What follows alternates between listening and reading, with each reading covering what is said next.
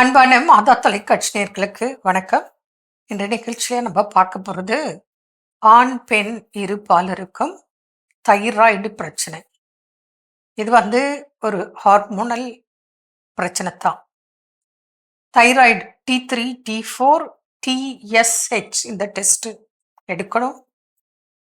இதில் பார்த்தோன்னு சொன்னால் சில நேரத்தில் பார்த்த மாத்திரத்திலே நம்ம சொல்லலாம், இங்கே கழுத்து கழலை தெரியும், அப்போது தைராய்டு இருக்கும்னு எங்களுக்கு டவுட் வரும். இன்னும் சிலருக்கு புருவத்தில் முடி இருக்காது.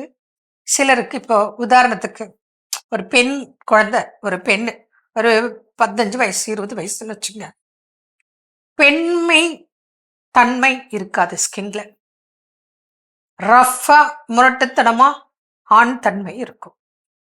அது பார்த்த மாத்திரத்திலே சொல்லலாம். தேவையற்ற இடங்களில் முடி வளர்த்தல் ஆண் பெண் இருப்பாளருக்குமே அப்படி இருக்கும்.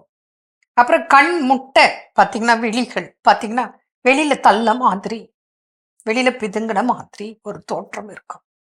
நாக்கு பார்த்தீங்கன்னா தடித்த மாதிரி இருக்கும். சில ஆண் குழந்தையா இருக்கலாம், பெண் குழந்தையா இருக்கலாம்.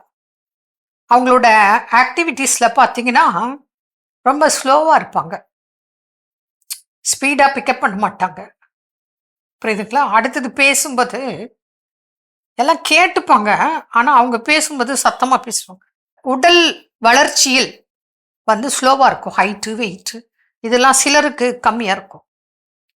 இதே சில தைராய்டுனால பார்த்தோன்னா உடல் பருமன், ஒபிசிட்டி.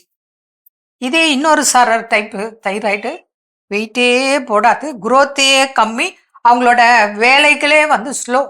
ஆனால் ஜென்ரலாக நான் சொல்லக்கூடியது உடற்பயிற்சி. கண்டிப்பாக உடற்பயிற்சி ரெகுலராக அவங்க செய்யணும். அது என்னென்ன உடற்பயிற்சின்னு நீங்கள் தொடர்பு கொள்ளும் போது உங்களுக்கு நாங்கள் அது கைட் பண்ணுறோம். அடுத்தது ஜென்ரல் டிப்ஸு, இந்த ஜங்க் ஃபுட்டை கட் பண்ணும்.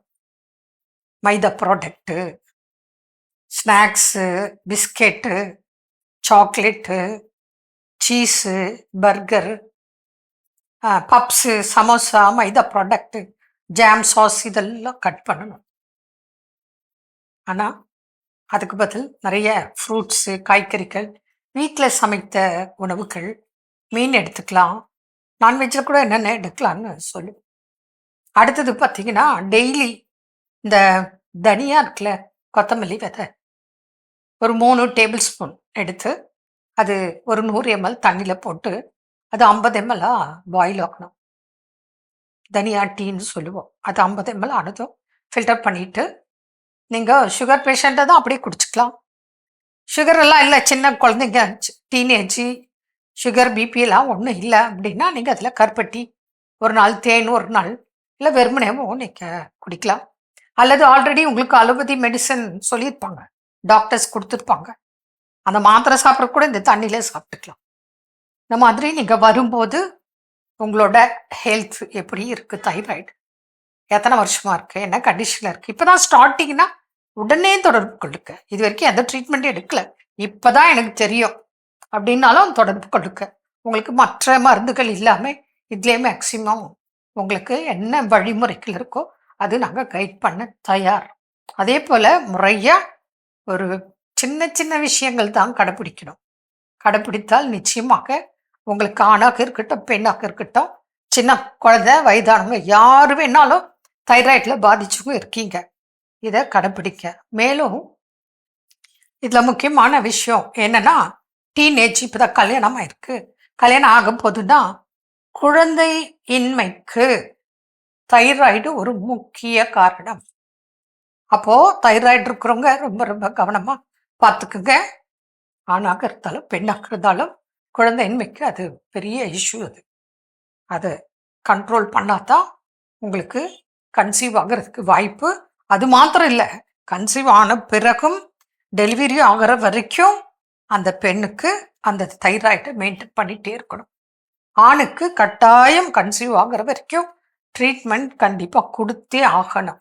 இதெல்லாம் உள்ளுக்குள்ள பாதிப்புகள் இன்டெரக்டாக ஏற்படும். அதை மனதில் கொண்டு தைராய்டுன்னு சொன்னால் லேசாக விட்டுடாதீங்க, கவனமாக பார்த்துக்கிட்டா நிச்சயமாக கண்ட்ரோலில் வச்சுக்கலாம். பிரச்சனைகள் நிறைய வராமல் பாதுகாக்க முடியும். மீண்டும் நாளை சந்திப்போம். நன்றி. அன்னை மரியே வாழ்க.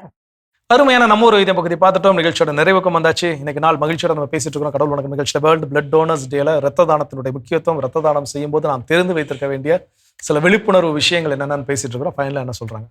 அல்டிமேட்டா ஒரே வார்த்தை தான். அதாவது நம்ம ஒரே ஒரு தடவை கொடுக்குற அந்த ரத்த தானம் பெற்றுக்கொள்பவருக்கு எப்படி இருக்கும் அந்த ஃபீல், அந்த உணர்வு அப்படின்னு பாத்தீங்கன்னா, மறுஜென்மம் கிடைச்சா மாதிரி, மறு உயிர் கிடைச்சா மாதிரி, இந்த உலகத்துல நான் மறுபடியும் வாழ போறேன், இந்த உலகத்தை மறுபடியும் பார்க்க போறேன் அப்படின்னு ஒரு அழகான ஒரு உணர்வு கிடைக்கும்.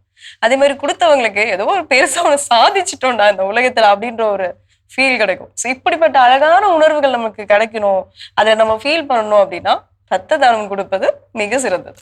கண்டிப்பா இதை சொல்லும்போது விவரம் தெரியாத ஒரு ஏஜ், விவரம் தெரியாத ஏஜ் 18 கம்ப்ளீட் ஆன உடனே நண்பர்கள் எல்லாருமே கேங் எல்லாம் அடிக்கடி பிளட் டொனேட் பண்ண 3 மாசத்துக்கு ஒருக்க ரெகுலர் என்ன பண்ணிடுவோம் போயிடுவோம். எதுக்கு போவோம் அப்படின்னா, அந்த முடிச்சு ரத்த தானம் கொடுத்ததுக்கு அப்புறம் இந்த ஜூஸ் பிஸ்கட் பாக்கெட், பிஸ்கட் சாப்பிட்றதுக்கு 2 ரூபா வருவாங்க, ஜூஸ் குடிக்கிறதுக்கு 2 ரூபா வருவாங்க. எல்லாம் முடிச்சிருக்கு. எனக்கு என்ன போனா, நான் அந்த கையில இது ஓட்டுவாங்க, அந்த பேண்டேஜ், ஏன்னா அது திரும்ப ப்ளீடிங் ஆயிடக்கூடாதுங்கிறதுக்காக ஒரு குறிப்பிட்ட நேரம் நம்ம கையை ஃபோல்ட் பண்ணி வைக்கிறப்போ ஆட்டோமேட்டிக்கா அதுக்கப்புறம் திரும்ப அந்த ஃப்ளோ ரத்த ஓட்டம் அதோட சேர்ந்து சரிவர செல்கின்ற பொழுது நம்ம அதை மேல லீக் ஆயிடக்கூடாதுன்னு என்ன பண்ணுவாங்கன்னா அதை ஒட்டிடுவாங்க. அவ்வளவு நேரம் ஃபுல் ஹேண்ட் ஷர்ட் போட்டு வெளியே சுத்துவோம், ஃபுல் ஹேண்ட் எல்லாம் போவோம். என்னைக்கு பிளட் டொனேட் வேணும்னு பர்பஸா அப்போ தொடக்கத்துல நாங்களும் கொடுத்திருக்கோம் பாருங்கடா அப்படின்னு. ஏன்னா யாராவது வெளியே ரோட்ல போறப்ப கேட்பேன், என்ன கையில இது ரத்த தானம் கொடுத்துட்டோம். பெரிய விஷயம்.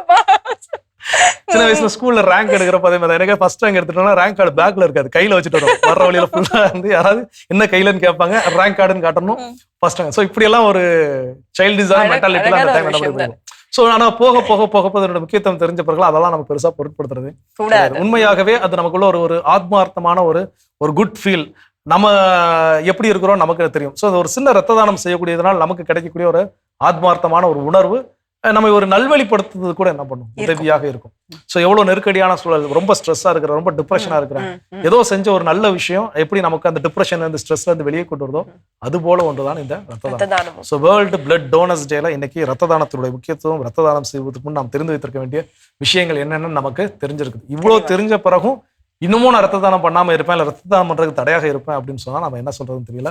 ஸோ கடவுள் நல்ல ஒரு விழிப்புணர்வு நம்ம கொடுத்திருக்கிறார், அதை பயன்படுத்திக் கொள்வோம். கடவுளுக்கு நன்றி சொல்லி இன்னைக்கு நாளில் யாரெல்லாம் விழா கொண்டாடுறாங்கன்னு பார்க்கலாம். அதுலயும் குறிப்பா இன்னைக்கு தருமபுரி மறை மாவட்டத்தினுடைய ஆயர் மேதகு லாரன்ஸ் பயஸ் அவர்களும், நம்முடைய மாதா தொலைக்காட்சியினுடைய தொழில்நுட்ப துறை பொது மேலாளர் அன்பு அருட்தந்தை ஜெனித் சேகர் அவர்களும் இன்னைக்கு பிறந்த நாளை கொண்டாடுறாங்க.